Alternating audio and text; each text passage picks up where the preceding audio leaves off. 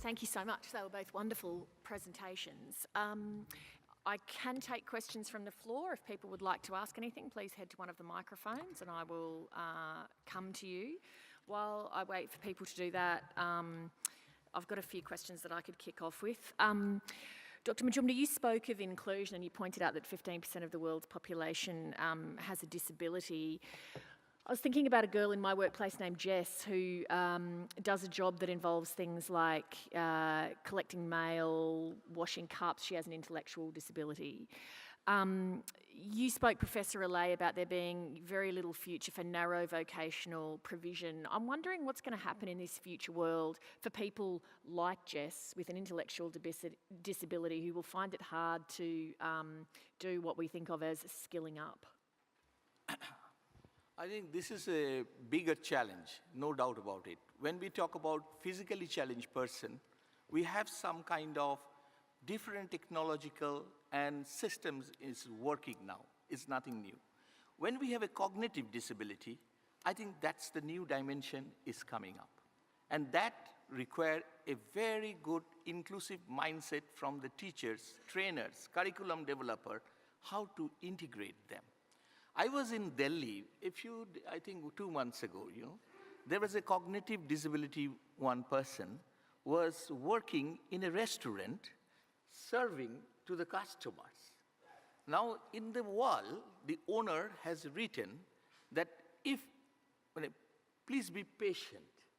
You see, it's a customer also get an orientation. I was surprised to see that many people, youngster, goes to that restaurant just to show their, support to the system the way that nobody should be left behind. That really, I think, the answer to us, that it should be a social movement to include all of them in that way. Professor Allais, do you want to add anything? Yeah, I'll just say 2 things. I think the one is, I really agree that to a large extent it's a work issue. How can we ensure that economies and societies create meaningful work opportunities for people? I think that from an educational provision point of view, it's a really good example of where markets don't work and where you have to have, because you really need low teacher-student numbers, you need a range of specialized kinds of equipment and systems, and the more we're going to try and diversify and enrich our educational options, the more we actually need to put a lot of money and resources into supporting education institutions. Professor, you spoke about in Africa the marginalisation of vocational education. What sort of role do you think there would be, say, for an organisation like WFCP to help with that, and for collaboration from TAFEs and vocational colleges in developing countries to help get rid of that marginalisation? Well, I think that, we've got a lot of technical and vocational colleges in South Africa, for example, that are really, staffed with people who are working really hard, doing a great job, trying really hard to build good education options. They often are dealing with the weakest students. They're working in really difficult conditions. And I think that cooperation programs and support from successful dynamic institutions is always really valuable and valued.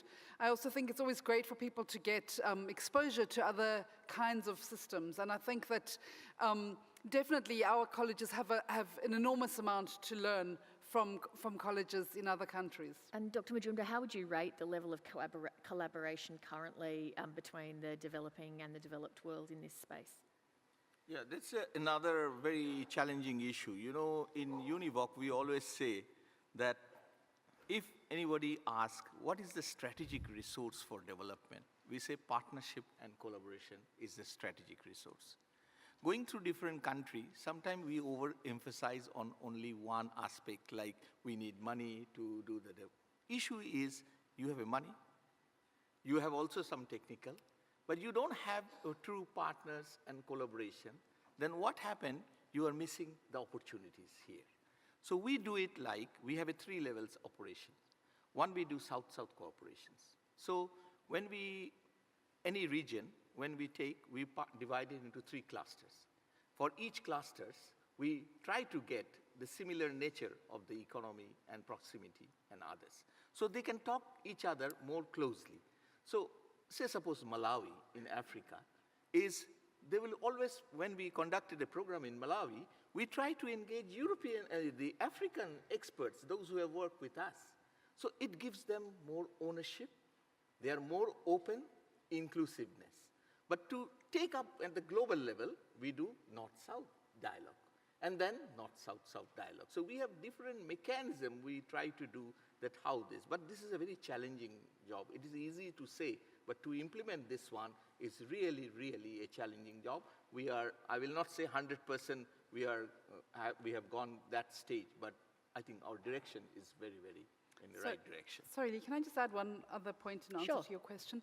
Just that what's really interesting in Ethiopia is that they've expanded vocational education like 500% in the past few years. So it's, as well as higher education, it's really, really massive. They've built massive numbers of institutions, and I think what they really need is support for lecturers, for training of lecturers and supporting lecturers. So that's another potential where I think support would be really valued. So I have just visited Ethiopia, and I had a discussion with the minister. So Univoc Tibet leadership program he has requested to be conducted in Ethiopia. Now you see, I may be wrong, but I'm just provoking one thing. Ethiopia want to be developed, an emerging economy, but they feel that rest of the African country, they do not need to learn much. What they need to do is a bridge between, developed world like that. They will always ask me, can you connect me with Germany or this? I told them one thing, that you are in Africa, surrounded by many countries, Nigeria, Kenya, and all these things. Why not you think in a 2-layer approach, North-South and also South-South cooperation? Sometimes, cultural things are so strong, it's very difficult to, sell the good idea, but slowly they are emerging now. Let me ask one very quick question before we move into our next panel. We have heard a lot in the past couple of days about the need for lifelong education. People are flat out just getting by what they need to do with their job and their kids and just everything else. How do you persuade people that they should add another thing onto their load, which is lifelong education? My answer to this, your very, very good question. Lifelong learning has 2 dimensions. One is the simple dimension. The simple dimension is anytime I can learn. The opportunity of learning should be there. It's not only the school, but when you go out of school, work, come back, you are lifelong learning. But there is another meta-analysis about that. Lifelong learning is also a philosophy. Why it is a philosophy? If you are giving the inherent skill of learning to learn, adaptability skill, these are also lifelong learning attribute. And that is more important. We are not going to give you all the time training platform. Nowadays, youngsters says, we don't want job, we will create job. What is the confidence about that? That we are not looking for job, we will create job, more jobs. That kind of learning to learn, taking, is a meta-analysis of lifelong learning. So in the curriculum, we should embed that kind of learning to learn, adaptability, flexibility, all these things that empowerment will come on its own. We're unfortunately out of time for this session. It was fantastic. Thank you very much. Thank you.